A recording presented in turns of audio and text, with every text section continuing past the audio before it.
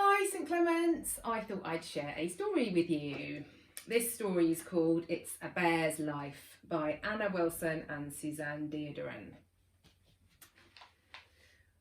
Oscar and Parker lived together just like any other boy and bear. But Parker couldn't help feeling he wasn't a very lucky bear. He liked playing, but not when it hurt. Ouch! He liked being carried, but not when it was so bumpy. Ooh. He liked breakfast, but not when it was so messy. Yuck. And it's cornflakes again. Bears don't even like cornflakes. Parker followed Oscar to nursery as usual. It was painting day, but Parker didn't like painting, especially when he was the paintbrush. Later that night, Oscar and Parker had their bath together, and their bedtime story, and their bedtime hug. "Night, night," said Oscar sleepily. Then he rolled over and bump. "That's it," Parker cried out.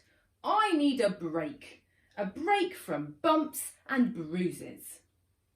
He crept downstairs to make a phone call. "Hello? Is that the Bear Hotel? Have you got room for a small brown bear?"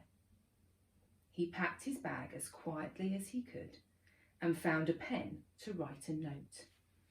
"Dear Oscar, gone on holiday, love from Parker." And then he left, closing the front door quietly behind him.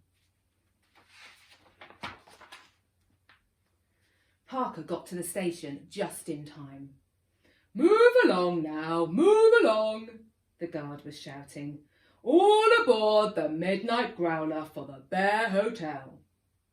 Parker jostled and pushed his way into the train. At last, he managed to find a seat and squeezed in just as the train jolted forward. Soon he was fast asleep. He woke up to a delicious smell wafting in through the train window.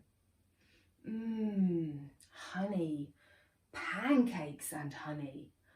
"We're here and just in time for breakfast," he thought, and he followed the others into the dining room. Parker looked around. There were bears everywhere. Big bears, small bears, tall bears and bald bears. Suddenly, Parker felt rather shy. Then someone noticed him. "Hello, I'm Max. What a great day to arrive. Today's the day the teddy bears have their picnic." The sea was warm and the honey was runny. "This is the life for a bear," thought Parker as he looked around at the other bears. "Come on in," cried Max. The bears played in the sea, but it wasn't splashy enough.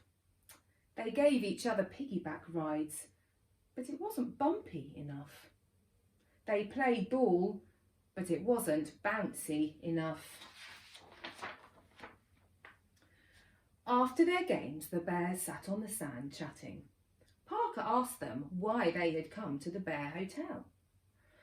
"Oh, my boy's gone on holiday and left me behind," said one. "My girl prefers the company of dolls these days," said another. "My boy's too old for bears, and I'm too old for my boy," Max sighed. "What about you?" "Oh, I just needed a break," Parker mumbled. That night, the bears didn't have a bath. They didn't have a bedtime story. They didn't even have a bedtime hug. "Night, night," called Parker, but everyone else was already snoring. "That's it," Parker cried out suddenly. "I miss Oscar. I'm going home." The midnight growler was waiting, but the guard was surprised to see Parker.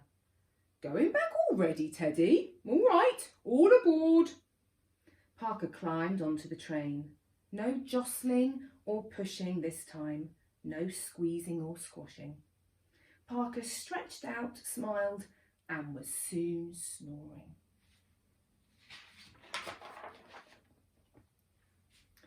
Oscar was asleep when Parker pushed open the bedroom door. "Hello, Oscar," he said quietly. "I'm home." "What's that?" said Oscar drowsily. Then he leapt out of bed.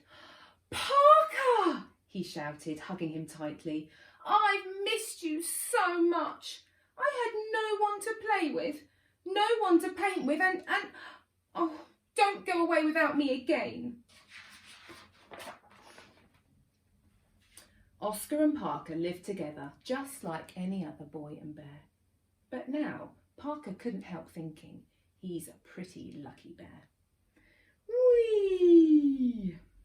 Parker likes playing even if it does hurt a little bit. Ouch. Parker likes being carried even if it is a bit bumpy. Ooh. But best of all, Parker likes breakfast, especially when it's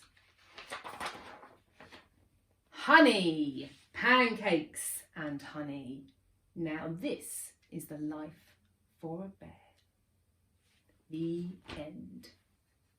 Hope you enjoyed the story. Tell your grown-up which bit you liked best and why. And we'd love to see a drawing of your favourite toy, and you can email those to us at school.